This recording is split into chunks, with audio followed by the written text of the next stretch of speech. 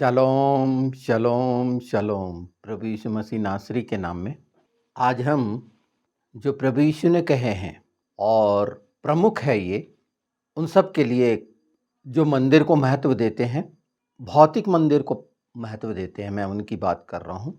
क्योंकि उन्हें ये पता नहीं कि प्रभु यीशु ने मत्ती 12:6 में क्या कहा। प्रभु यीशु ने अर्थात वचन जो अनुग्रह के द्वारा देहधारी हुआ, अर्थात प्रभु यीशु मसीह परमेश्वर जो मनुष्य बन गया, वो कहता है 12:6 में, यहाँ जो खड़ा है वो मंदिर से भी बड़ा है। इस पर ध्यान दीजिए, है ना। ये बहुत खूबसूरत है। ये वचन जो कन्फ्यूजन हैं शैतान के द्वारा, उसको समाप्त करता है। मंदिर से बड़ा हो जाना क्या होता है, क्या समझेंगे मंदिर से बड़ा होना? ये बाइबल ही बता सकती है और उसका जवाब प्रभु यीशु ने दिए थे। अगर हम यूहन्ना 14:9 देखें तो फिलिपुस को प्रभु यीशु ने कहा कि जिसने पिता को देखा मुझे देखा। कहने का मतलब क्या है? बहुत मुख्य बात कही गई है। फिलिपुस ये वही व्यक्ति है जिसे पवित्र आत्मा उठाकर ले जाया करते थे। एक बार ले गए वो खोजा के पास यशायाह की किताब को समझाने के लिए, तो इसका मतलब ये क्रिया होती रही और यही क्रिया एलिया के साथ होती थी। आत्मा उसको उठा के ले जा लेता था। तो देखिए यहाँ लिखा हुआ है साफ, यीशु ने उससे कहा, हे फिलिपुस, मैं इतने दिन से तुम्हारे साथ हूँ और क्या तू मुझे नहीं जानता? जिसने मुझे देखा है उसने पिता को देखा है। तू क्यों कहता है कि पिता को हमें दिखा? परमेश्वर आत्मा है, मनुष्य नहीं देख सकता था। मूसा को तो यहाँ तक बोल दिया गया था कि तू मेरी पीठ देखने पाएगा, पर परमेश्वर ने अपने आप को इतना छोटा किया कि मनुष्य बनकर वो सामने आया कि लोग उसे देख सकें। और यही प्रभु यीशु कहते हैं कि यहाँ जो खड़ा है वो मंदिर से भी बड़ा है। ये ऐसी सच्चाई है जिसको नकारा नहीं जा सकता और ना कोई ऐसा कह सकता, क्योंकि उसके लिए उसके काम होना। वो सच्चाई के वचन जो बाइबल में ही मिलेंगे। बाइबल का प्रत्येक वचन ताया हुआ है और शैतानों ने इसे खूब खंगाला कि कहीं से गलती निकाल लें अपने अपने तरीके से। ये सब सच्चाइयाँ इतनी महत्वपूर्ण हैं, या तो समझी नहीं गई, और आज जब हम समझ रहे हैं तो उसका कारण है कि प्रभु यीशु जो परमेश्वर है उस योग्य उसका आदर होना चाहिए। परमेश्वर का जैसा आदर होता है, शैतान के द्वारा इनकार के कारण गैर मसीही लोग प्रभु यीशु मसीह नासरी का नाम जिस तरह से इस्तेमाल करते हैं, या व्यंग्यात्मक जो शब्द इस क्रिश्चियंस के लिए इस्तेमाल करते हैं, वो जो शैतानों के हाथ में है और झूठी किताबों के द्वारा है। पर शरीर और लुभावने वाले उपदेश और गंदी गंदी बातें जो इनकी किताबों में पाई जाती है, जानने के बाद भी बहुत सारे अपने तरफ से विकल्प बताने की कोशिश करते हैं, संभावनाएं, या साफ बोल देंगे जब फंस जाते हैं तो हमको नहीं पता, हमको नहीं पता ये बोल देंगे। डिबेटर्स में ये सुनिए, ये बहुत ही निचले दर्जे की नीचता बोलते हैं। जब नीचता का आदर होता है तो दुष्ट अकड़ते फिरते हैं। और ये हम देखेंगे कि जो शैतान के हाथ में पड़े दुष्ट हैं, उनकी प्रत्येक बात ये अकेला एक जवाब है, क्योंकि जब तक बताया ना जाए ये समझ ही नहीं सकते कि मंदिर से बड़ा क्या होता है। तो हम मसीहों को मालूम होना चाहिए और मालूम होगा भी, पर उसमें और भी एक प्रकाश और चमक आए। और ये सब इसीलिए बताया जा रहा है पवित्र आत्मा के द्वारा कि उन बातों को संसार के जितने गैर परमेश्वर के बैरी आराधना करने वाले हैं, अर्थात दुष्ट की उपासना करने वाले हैं, पर उन्हें लगता है कि वो ईश्वर की आराधना कर रहे हैं, वो तो इस बात को जान ही नहीं सकते, क्योंकि वो तो शरीर के माया मोह में और आकर्षण में फंसे हुए हैं। ऐसी मुख्य बातें आज पवित्र आत्मा के द्वारा जो आप जानेंगे, वो सिर्फ जानना क्यों है या सुनना क्यों है, सिर्फ यहीं तक नहीं। जब अब पवित्र आत्मा ये चाहते हैं कि परमेश्वर का उस योग्य आदर हो जो वो है, तो वो क्यों होना चाहिए। एक भौतिक मंदिर परमेश्वर की उपस्थिति बताता है। जितने मैं यरूशलेम की मंदिर की बात करूंगा जो टूट गया है ना, मैं उन मंदिरों की बात नहीं करूंगा जहां बताया ही नहीं गया कि मंदिर किस तरह से होना चाहिए, मंदिर किसको कहते हैं। ये पवित्र शास्त्र में बहुत स्पष्ट बताया गया है। लोग ढांचा खड़ा करते हैं, उसमें एक गुम्मद लगा देंगे। किसी दिन इसका भी मतलब बताऊंगा कि वो क्या है, इनकी धारणाएं, इनके विचार कैसे हैं और ये किसको दर्शाते हैं, ये प्रतीक। पर जब भौतिक जो एक मंदिर बोलते हैं जहां प्रेयर करते हैं, यरूशलेम मुख्य है हमारे लिए। हम दूसरे वो मंदिरों की बात इसीलिए नहीं करते कि उन्हें शायद मंदिर कहना उचित भी नहीं है, और समय आने पर वो जो ढांचे इनके गिरते हैं, वो भौतिक शरीर परमेश्वर की उपस्थिति है। और यहाँ अभी हमने 14 में पढ़ा, जब प्रभु यीशु ये कहते हैं तो परमेश्वर की संपूर्णता, परिपूर्णता, ईश्वरत्व की के साथ वो वहाँ पर जो पवित्र, अति पवित्र है, खड़े हैं। इसीलिए वो बोलते हैं कि इसे ढा दो 3 दिन में, वो जो 46 साल से नहीं बना। और लोगों ने अपने विचार के अनुसार उसके अनुवाद किए। आप देखिए, जो यरूशलेम का मंदिर परमेश्वर के अनुसार बनाया गया, जहाँ वो उसने अपनी उपस्थिति दी, तो वो महिमा से भर गया। प्रभु यीशु जीवंत परमेश्वर है। जिस तरह मंदिर में परमेश्वर की उपस्थिति दर्शाता है, प्रभु यीशु जीवंत उपस्थिति परमेश्वर की है, जीवित।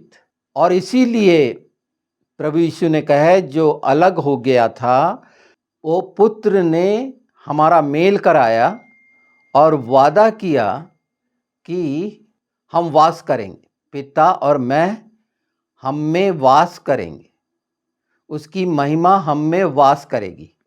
ये तो हुई पहली बात। इसीलिए, और ये शब्द कोई भी नहीं कह सकता था, क्योंकि कहने के लिए वो सामर्थ्य के काम होना। यीशु ने कहा, अगर तुम उस पर विश्वास नहीं करते, एक मनुष्य की तरह देखते हो, तो मेरे कामों को देखकर विश्वास करो, जो संसार में और कोई भी गैर ईश्वरों ने नहीं करा। गैर मसीहों के ईश्वरों ने वो कर ही नहीं पाया। गैर मसीहों के ईश्वर क्या, उनके जादूगरों ने भी वो नहीं कर पाया, जो उनके उपासक थे। जब पहलोटे को मारा गया मिस्र में, मिस्र बहुत सारे देवी देवता का वो पिरामिड, एक जमावड़ा रखने का, अंधेरे का स्थान, जिसे फिरौन को ही एक ईश्वर मानते थे। क्योंकि तमाम दुष्ट आत्माएं आप देखेंगे, जो प्रतिनिधि होता है, एक छोटा सा विधायक जो बनता है, कितना चालाक चुस्त हो जाता है। हर छल कपट को वो जानता है। क्यों जानता है? क्योंकि आसपास तमाम शैतान उसकी अगुवाई कर रहे होते हैं और वो बड़ा शैतान बन जाता है। हमारे इंडिया का उदाहरण देखिए कि वो ईमानदार नहीं होते और उसकी वजह कि शैतान के घेरे में रहते हैं। तो फिरौन ने पूरी कोशिश करी, उसके तमाम देवी देवता जितने गिराए गए थे, 1/3 फिरौन के लड़के को जीवित नहीं कर सके। और क्या प्रमाण चाहिए? प्रभु यीशु ने कई मुर्दे जला दिए। और क्या प्रमाण चाहिए? बोलते हैं कि मत्ती 12:26 में ही है, प्रभु यीशु पे आरोप लगाते हैं कि ये शैतान की सहायता से निकालता है। ये फरीसी, सदूकी, शास्त्री, अर्थात वो सब जो भौतिक रीति रिवाजों पर आधारित हैं, ये तमाम जितने गैर मसीह हैं, ये भौतिक रीति रिवाज ही अपने बनाए हैं और उसी में खुश होते हैं। क्यों मसीह के पास प्रार्थना कराने के लिए आते हैं कि इसको शैतान लगा, दुष्ट आत्मा लगी है, निकाल दो। यहाँ पर जवाब देखिए, उसने उनके मन की बात जानकर उनसे कहा, जिस किसी राज्य में फूट होती है वह उजड़ जाता है, और कोई नगर या घराना जिसमें फूट होती है बना ना रहेगा। और यदि शैतान ही शैतान को निकाले तो वह अपना ही विरोधी हो गया, फिर उसका राज्य कैसे बन सकेगा, रहेगा। ये पढ़ के देखिए इसमें, और बार बार इसको याद रखिए। और इसीलिए तमाम गैर मसीही ईश्वर दुष्ट आत्माओं को नहीं निकाल सकते। क्यों? उसका जवाब है कि उनका राज्य खत्म हो जाएगा। वो तो बल्कि भेजते हैं। तो इसका मतलब साफ हुआ कि ये शैतान के उपासक हैं, और ये सच्चाई सिर्फ प्रभु यीशु में ही पाई जाती है, जो स्वयं धर्म है, स्वयं जात है, और वो सच्चा है। ये तमाम बीमारियां जो लोगों को शैतान के तरफ से लगती हैं, दवाई काम नहीं कर रही, डॉक्टर मना कर देते हैं कि अब हम कुछ नहीं कर सकते, उस समय ये मसीह के चरणों में आते हैं। बड़ा मन मार के आते हैं ये, और शर्म से सिर झुका के आते हैं कि कोई हमें देख न ले। चोरी छिपे आते हैं, जैसे निकोदिमस चोरी छिपे रात में प्रभु यीशु के पास गया पूछने, और वहाँ उसने जाना कि नहीं, आत्मा से और पानी से जन्म लेना जरूरी है। एक ऐसा शास्त्री जानकार निकोदिमस, यूहन्ना 3 में आप देख लेना। तो ये अंधेरे में छुप कर आते हैं अपना इलाज कराने दुष्ट आत्माओं से, क्योंकि ये सब जगह से पीड़ित हैं और कहीं इनको कोई आशा नहीं है। ये बहुत कर्मकांड करते हैं भौतिक संसार के। तो ये 3 बातें ऐसी हैं, अपने आप में इनका जवाब इनके पास नहीं है, और ये आंखों से दिखता है, उसके बाद भी कठोरता देखिए गैर मसीहों की, अन्य जातियों की। फिर भी प्रभु यीशु का अपमान करेंगे। कुंवारी से पैदा हुआ, आदर से नहीं बोल सकते। प्रभु यीशु का नाम आदर से नहीं बोल सकते। अपने पैगंबरों का नाम के लिए बड़ा आदर लगाएंगे जो मर खप गया कीड़े पड़कर, जिसने एक भी आश्चर्य कर्म नहीं किया, और हजारों भविष्यवाणी की और सब झूठी पाई गई। इनकी किताबों में लिखा है, ये जानते हुए भी कितने अंधे और बहरे हैं। हाँ, शैतान की हरकत जो ये सारे शैतान के मानने वाले कर रहे हैं, वो क्या कर रहे हैं ये जानिए। आज के डिजिटल युग में एआई की मदद लेकर जितना हो सकता है ये झूठ फैलाने का काम, अपने झूठ को बड़ी मजबूती से सच बताने का काम, उसमें ये लगे हुए हैं। आपने ये ट्रोल सेना सुनी होगी ना, तो ये दुष्टात्माओं की ट्रोल सेना है जो आत्मिक क्षेत्र में प्रहार करती है। और इसीलिए मैं ये चाहता हूं कि जो मसीही एआई के अच्छे प्रोग्रामर हैं, ऐप बनाना जानते हैं या सॉफ्टवेयर बना सकते हैं, ऐसी सच्चाइयां पूरी समझ के साथ डेटा में डाली जाएं। क्योंकि जो डेटा से निकालते हैं ये एआई के द्वारा, वहाँ ये बातें नहीं पाई जाती। जैसे एक समय में ये सारे संसाधन नहीं थे, तो जितनी मर्जी आई इन लोगों ने अपना झूठ फैलाया किताबों के द्वारा, क्योंकि उस भाषा के जानकार नहीं थे, तो मनमाना उन्होंने जो समझाया वो ही मान लिया। एक ऐसी भाषा जिसका जन्म ही आज से कुछ 100 साल पहले हुआ, वो बड़ी बड़ी बातें करते हैं और एक भयानक षड्यंत्र रच रहे हैं। हो सकेगा तो इसका मैं जो पूरा मैटर है डिस्क्रिप्शन में लगा दूंगा कि ये बातों पर ध्यान दें मसीही लोग, और ये सच्चाइयों को जो भ्रमित करते हैं कि आर्टिफिशियल इंटेलिजेंस वही जवाब दे जो इनने डेटा में डाला हुआ है। तो इन सब चीज़ों पर विशेष ध्यान दें, क्योंकि ये सबसे भयानक प्रहार है जिस पर ध्यान नहीं दिया जा रहा, और अंदर अंदर ये दीमक की तरह झूठ को फैला रहे हैं। इस संबंध में मैंने कुछ लोगों से बात की है, इवन मैं एआई से भी इस संबंध में जानकारी चाहिए है, और ये एडवाइस भी, और आर्टिफिशियल इंटेलिजेंस इस बात से सहमत है कि ऐसा है। जब हम आर्टिफिशियल इंटेलिजेंस को जो उसके डेटाबेस में है उससे आगे बढ़कर सच जब बताते हैं तो वो भी हमसे एग्री है। ये कई बातें मैं आपको अपनी रिसर्च में दिखा सकता हूं और इसी से जो समझ मिली है, इसीलिए 3 बातें जो मैंने रखी, जो पवित्र आत्मा चाहते थे कि आप तक पहुंचे, इससे कहीं ज़्यादा कि हमें जो मंदिर से भी बड़ा है उसकी आराधना, जो जीवित है, जो हमारे जीवन में महिमा का कारण है और हम मंदिर कहलाते हैं उसके, क्योंकि वो मंदिर से भी बड़ा है। जब ये कहा गया यशायाह 66 अगर हम देखते हैं, मैंने हमेशा बताया है कि पवित्र शास्त्र में आखिरी अध्याय और आखिरी पद बड़ा विशेष है और वो एक घोषणा को दिखाता है, एक वसीयत को दिखाता है। तो इसे भी समझ लीजिए, है ना, क्योंकि हम प्रहार उसी जगह पर करना है। ये प्रहार है। गैर मसीही जितने अन्य जाति हैं, प्रभु यीशु का इनकार करने वाले, उन पर प्रहार है कि मंदिर से बड़ा क्यों बोला वो तो बता ही नहीं सकते, क्योंकि उनने जो बनाया है ढांचा और जहाँ वो आराधना करते हैं और अपने वो कहते हैं वहाँ कुछ सच्चाई नहीं है। तो देखिए यशायाह 66:1, यहोवा यूँ कहता है, आकाश मेरा सिंहासन और पृथ्वी मेरे चरणों की चौकी ही है। तुम मेरे लिए कैसा भवन बनाओगे और मेरे विश्राम का कौन सा स्थान होगा? ये सब वस्तुएं मेरी ही हाथ की बनाई हुई हैं, इसलिए ये सब मेरी ही हैं, परंतु मैं उसी की ओर दृष्टि करूंगा जो दीन और खेदित मन का हो और मेरा वचन सुनकर थरथराता हो।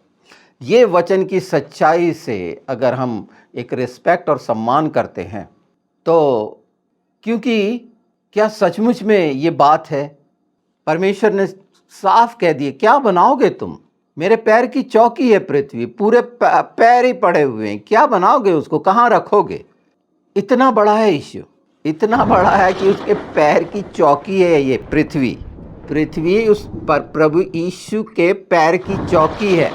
परमेश्वर के दाहिने हाथ बैठना, ये तमाम शत्रु जो हैं बैरी, ये पैर की चौकी हो जाएंगे इसी पृथ्वी पर।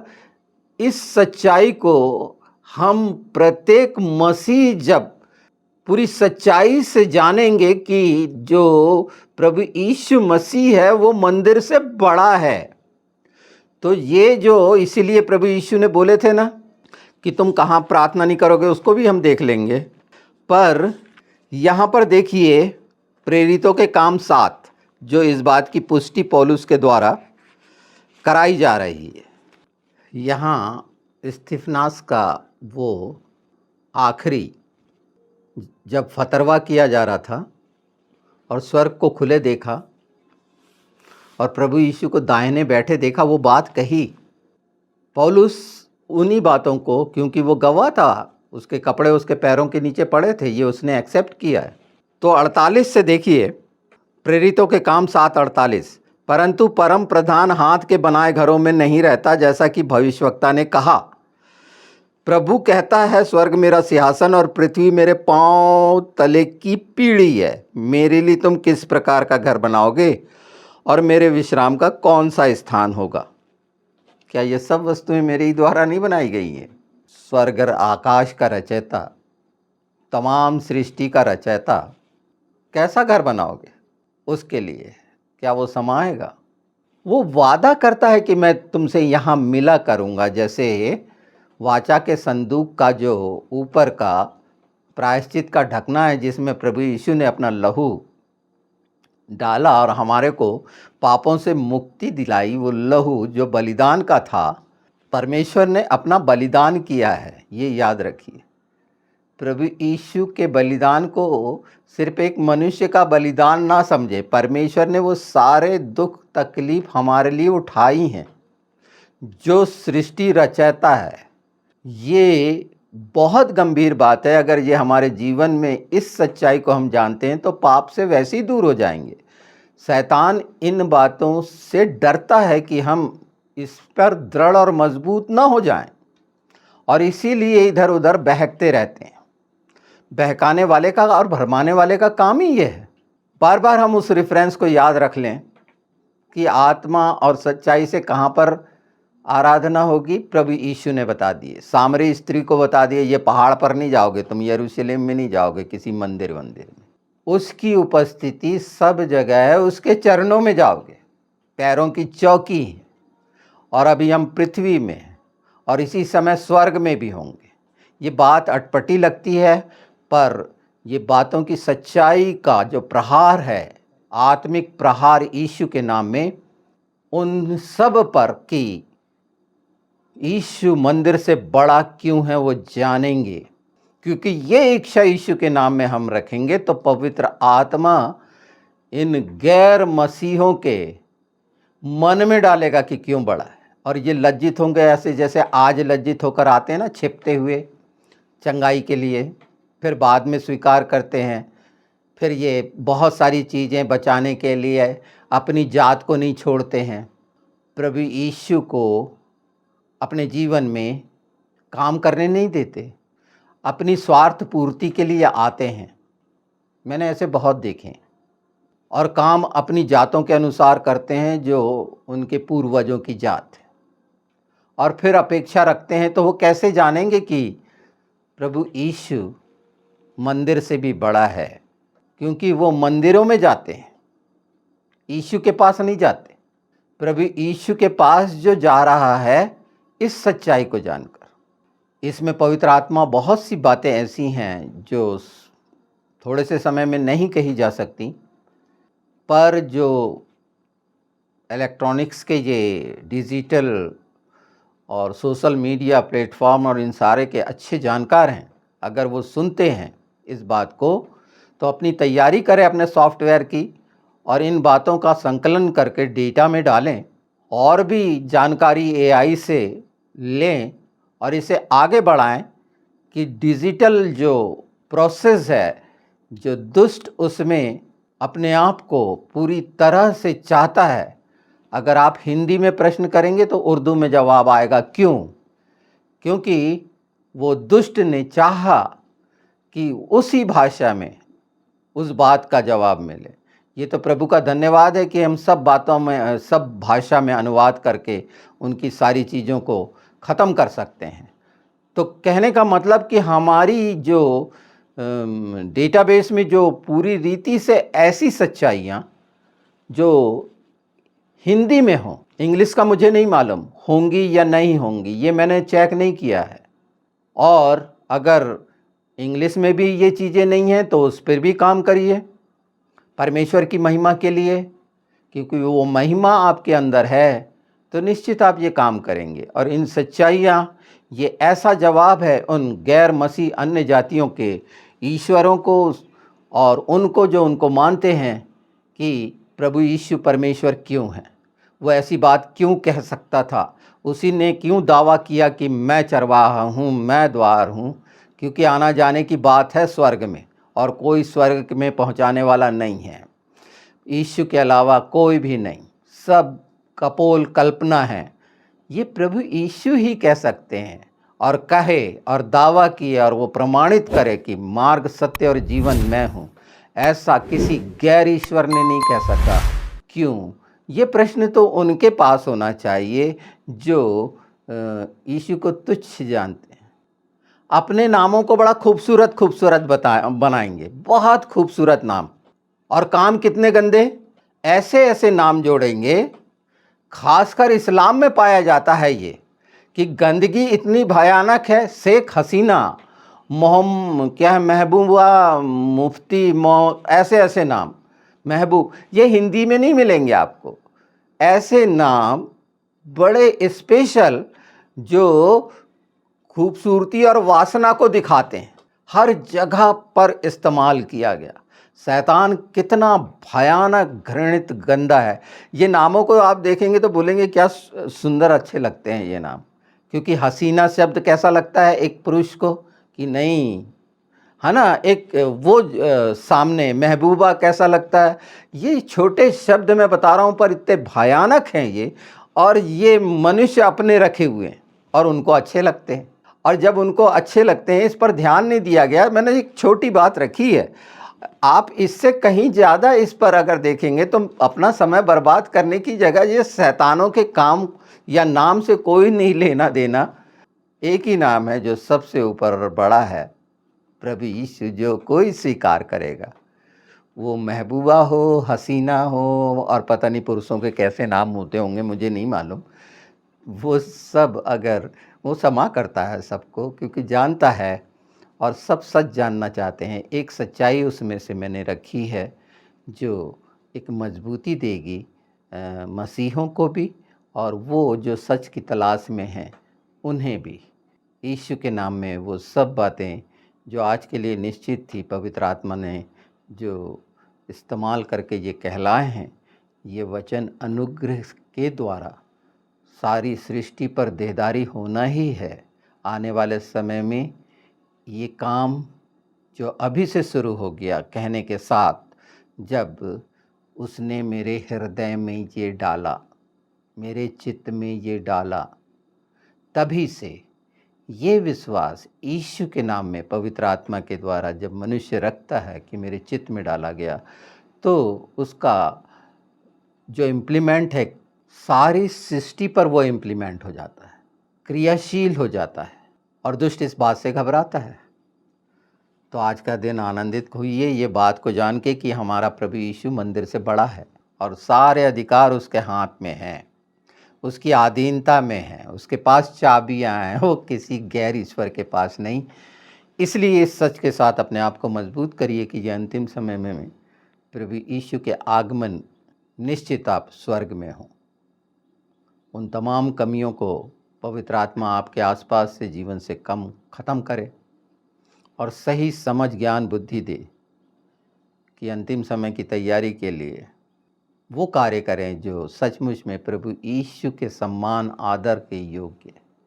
और इस बात पर ध्यान दें कि अपमानित करने वालों को वही जवाब जो वचन के द्वारा है दिया जाए, यीशु के नाम में।